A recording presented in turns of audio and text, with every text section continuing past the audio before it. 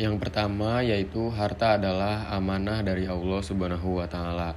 Dalam Islam, harta tidak dilihat sebagai milik mutlak individu, melainkan semua harta yang kita miliki pada hakikatnya adalah titipan atau amanah dari Allah Subhanahu wa taala. Kita adalah khalifah di muka bumi yang diberi kepercayaan untuk mengelolanya dengan baik dan sesuai dengan aturannya. Quran Surat Al-Hadid ayat 7 berbunyi, berimanlah kepada Allah Subhanahu wa taala dan Rasul-Nya dan infakkanlah sebagian dari harta yang Dia jadikan kamu sebagai penguasanya. Dan yang kedua yaitu tujuan harta, mencapai kesejahteraan dunia dan akhirat.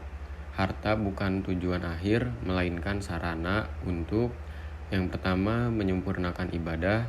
Untuk beribadah dengan tenang, kita butuh harta. Contoh, untuk menunaikan haji, berzakat, dan berinfak. Dan yang kedua, memakmurkan bumi.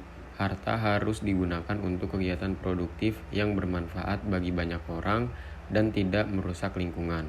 Dan yang terakhir, menjaga kelangsungan hidup, memenuhi kebutuhan dasar diri dan keluarga. Yang contohnya sandang, pangan, papan yang halal dan baik. Yaitu untuk selanjutnya harta yang baik. Islam sangat menekankan cara memperoleh dan menggunakan harta yang halal. Harta yang haram, sekalipun jumlahnya banyak, tidak akan membawa berkah dan justru menjadi beban di akhirat.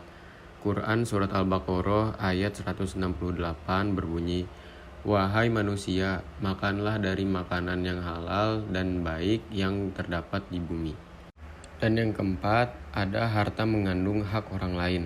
Dalam setiap harta yang kita miliki, terdapat hak-hak orang lain yang harus ditunaikan.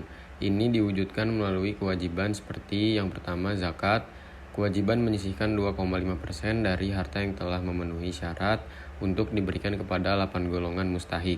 Yang kedua, infak dan sedekah, memberikan harta di jalan Allah secara sukarela. Dan yang terakhir, menghindari riba, karena riba memakan harta orang lain dengan cara yang tidak adil. Dan yang terakhir yaitu harta adalah ujian. Kekayaan dan kemiskinan adalah ujian dari Allah. Kekayaan diuji dengan apakah kita menjadi sombong dan kikir, sedangkan kemiskinan diuji dengan apakah kita tetap bersabar dan bersyukur.